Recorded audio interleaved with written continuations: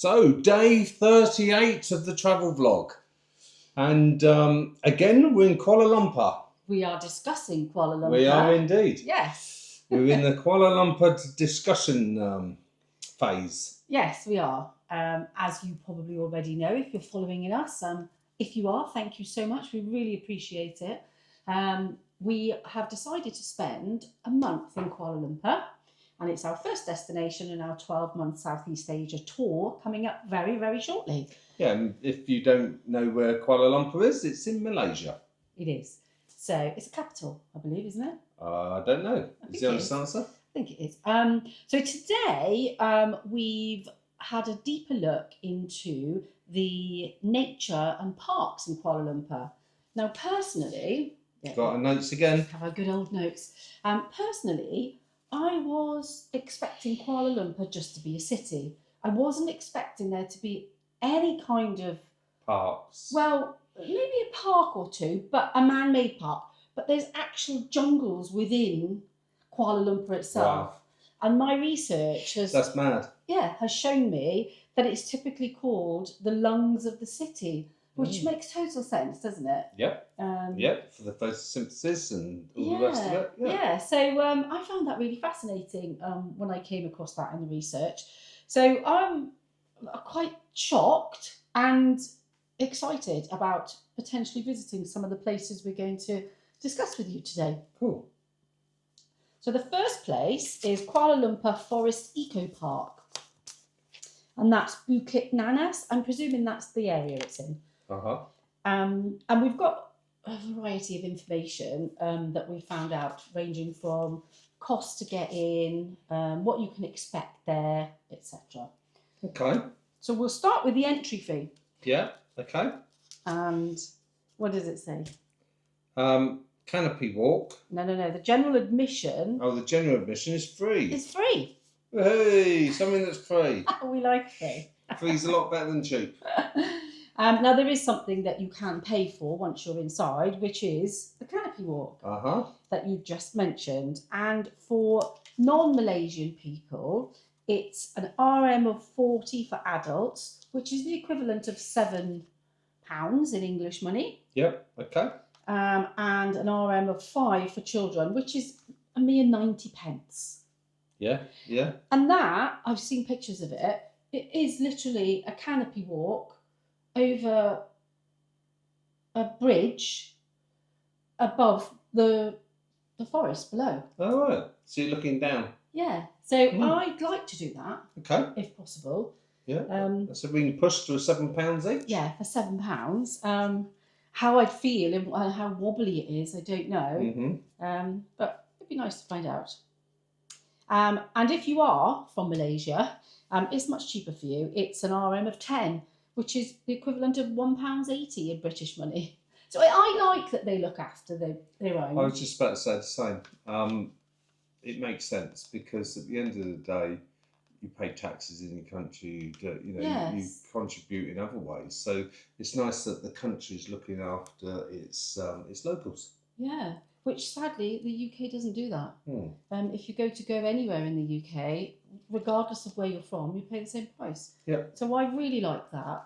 That's a big good tip idea. for... I agree. Yeah, for Kuala Lumpur for me there.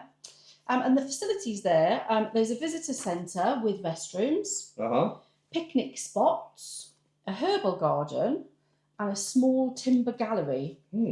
So that would be interesting. I don't think I've ever been to a timber gallery. Don't know what timber gallery is. Well, I'm guessing it's some art made from timber, but I see. Until we get there, yes, who knows? Yeah, hopefully it's driftwood and stuff like that. So we'll see. Yeah. There's several ground trails that you could go on. I'm not sure the abilities that you'd need to be. I think my automatic instinct is that it's all going to be flat. I don't think it's trekky type trails. Okay. I think it's going to be... reasonably flat. I think so. I would have thought so.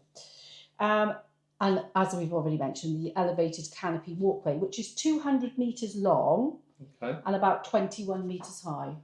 Okay, so it's not too long, really. No.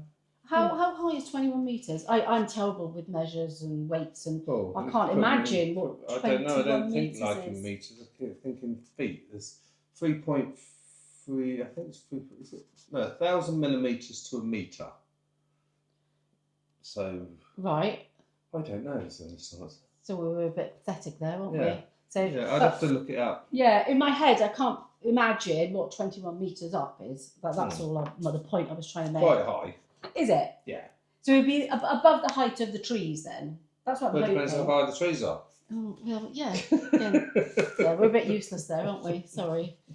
There's informational signage about the trees and the wildlife. Cool. What to expect.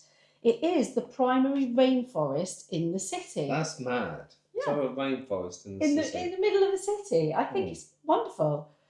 And you could also see there monkeys, butterflies, birds, and the occasional civet cats. Which isn't actually a cat, is it? No, I'd never heard of it. So obviously I had to do a bit more research. And it's basically a small nocturnal mammal. So I doubt we'll see one. It's not actually a cat. And it's got shorter legs and it has 5 toes on their hind feet. Oh, right. Which I thought was unusual. A bit like hands. Yeah, because we've got 5 digits, haven't we, I suppose? Yeah. You'll get great views of Kuala Lumpur Tower rising above the jungle canopy. So that's going to be cool, isn't it? To actually stand in the jungle and see the towers. Yeah. Natural and urban photography opportunities, which makes sense. So I'm guessing they're saying that you can combine the two. You can have in the forefront of your picture the jungle and then the urban life. Like you say, it's just mad that there's a forest in the middle of a city. Yeah, I would have never have thought of that. And it's also given us some guided tour options if we didn't just want to go on our own and explore, which we tend to do that, don't we? I think we prefer that. But if you did want to do a guided tour, you could do Kuala Lumpur Eco Park and Kuala Lumpur Tower combination, and that's usually between £20 to £30 per person. That's sterling, English sterling pounds. Yes, and it includes hotel pickup, a local guide, and your entrance tickets. Which isn't too bad. No, and you could book that online. Yeah, okay. You could also get a private rainforest walking tour with guide, and that's around £35 to £45 per person. And I thought that was a bit expensive. It seems to be for that part of the world, but it depends whether it's value for money or not, doesn't it? And until you do it, you don't know. Yeah, and I'm wondering how in depth they would go and how long it would be. But my initial thought is that's quite expensive. Yeah. So the second place that we've been recommended to visit is the Perdana Botanical Gardens, or otherwise known as Lake Gardens. So entry fee, again, is free. Cool. Which is lovely. Yeah. They have an orchid and hibiscus garden, and they sometimes make a very small charge there, but we're talking 20 to 40 pence. Oh, it's like a donation, isn't it? Yes. Yeah. I mean, that's more like it. Yeah. Well, these are the prices I was expecting. And its adjacent attractions are the Butterfly Park and Bird Park. So I think all of this is all in a similar area. It's all in the same area. Walkable. Yeah. The facilities, there's large lawns, lakes, as you would expect. Yeah. Paved walking trails. Yeah. And again, I think it's going to be flat. Yeah. There's children's playgrounds, which is cool. Cool. There's a cafe, toilets, and picnic areas. Now, the cafe apparently has really nice atmosphere. Oh. Because I think it's a lot of it is open air, and I believe a lot of the tropical birds actually get quite close. Well, they're probably after all the pickings. They are, probably. Yeah. Like our seagulls on our coast in the UK. Or pigeons. And it serves a varied Western and Asian cuisine in there. Cool. So I might be lucky in there if I wanted to get something to eat with my celiac. There's a deer park as well. Nice. And I think we talked about this the other day, didn't we? Yes. How shocked you were that deer would be in Kuala Lumpur. Yeah, because the trouble with most countries there's certain animals you think that belong in your country rather than Yes. across the board. Because they're everywhere in this country. But the thing is, where did they come from originally, and what type of deer, and Yes. and we don't look into it, do we? We just assume. Yeah, yeah. Well, I just naturally automatically think of a British animal when I think of a deer. Yeah. There's a hibiscus garden, an orchid garden, as we've already mentioned, and a bamboo playhouse. And it's easily accessible for wheelchairs and that's good. And strollers, sort of prams, buggies, that kind of thing. Yeah. So that's perfect. I think that would be a nice little, nice pleasant, couple of hours, I would have thought. So it's a peaceful landscape garden atmosphere. It's popular for jogging. I wouldn't be jogging in that heat. Yeah. I wouldn't be jogging in any heat. Yeah. Picnics and bird watching. And it's got well-maintained trails and beautiful shaded spots. Family friendly. Yeah, it sounds family like a friendly. nice park, doesn't it? Yes. Best time to visit is early morning or late afternoon, before 10 a.m. or after 4 p.m. Weekends can get busier. I suppose it gets really hot in midday sun. So. Yes, but I think I would still go there outside of those times because it mentions there's lots of shaded areas there. And again, if you wanted to do a guided tour there and pay, you could do a Kuala Lumpur City and Lake Gardens tour combined, and that's around £20 to £25 per person. And that usually includes Perdana Gardens, the National Mosque, and a national monument. And that's half a day, yeah. With transport. Yeah, so actually that's not too bad, £20 to £25 for a half a day. When you think about it being picked up, shown around. Yes. Or you could have a photography walking tour if you're a keen photographer, and that's £35 to £40 per person. And that includes tips on capturing the gardens and the wildlife. So photography tips. Yeah. Cool. The next one is Kuala Lumpur Bird Park, which is again within Perdana Botanical Gardens. But there is an entry fee here. All right. So is it like an aviary or something? Well, it's a bird park, so I'm presuming. The entry fee is an RM of 85 for adults, which is the equivalent of £15 in British money, and it's an RM of 55 for children, which is the equivalent of £10. The tickets are available online, and there's a variety of places that you can get them online, so you need to shop around. You might be able to get them a bit cheaper. The facilities, again, there's a cafeteria, toilets, bird feeding stations, educational talks and shows. Again, stroller-friendly pathways for the little ones, and a small souvenir shop. And this is 20 acres. Yeah, and it says a free flight aviary, so it must be netted or something. Or wouldn't free flight be, there isn't a net? No, because they'd get out otherwise, wouldn't they? An aviary is an enclosure. Yeah. So it has to be netted. We go back. It must be a big It has to be Jurassic Park stuff, doesn't it? With a big net over it. But it's 20 acres. Yeah. So they've got plenty of room there.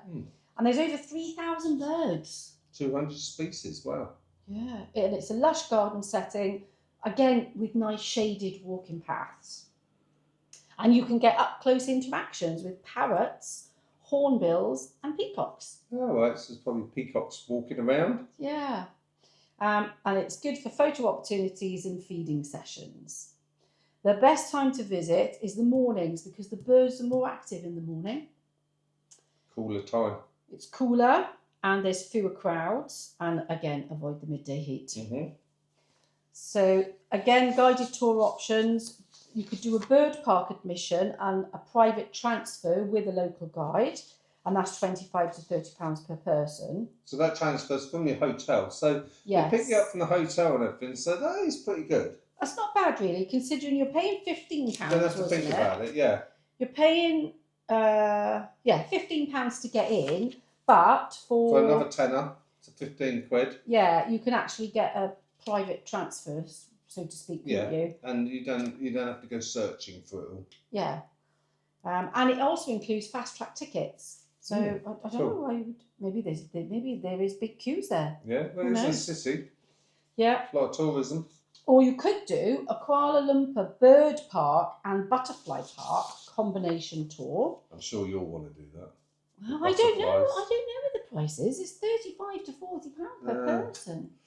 Yeah. See, like, to me, all of a sudden you've spent a lot of money, haven't you? Yeah, that's like not far off £100 for the both of us. Yeah. I think we could go on a nice boat trip or something for that. Yeah. Anyway, it's good for families. And the last place in Kuala Lumpur for some nice outdoor space is Taman Tugu Trail. And that's free. That's free. It's 5 kilometres of forested hiking trails. Now, that's a hike. Yeah. That's obviously not flat. Yeah. There's small signs along the way. There's restrooms near the entrance.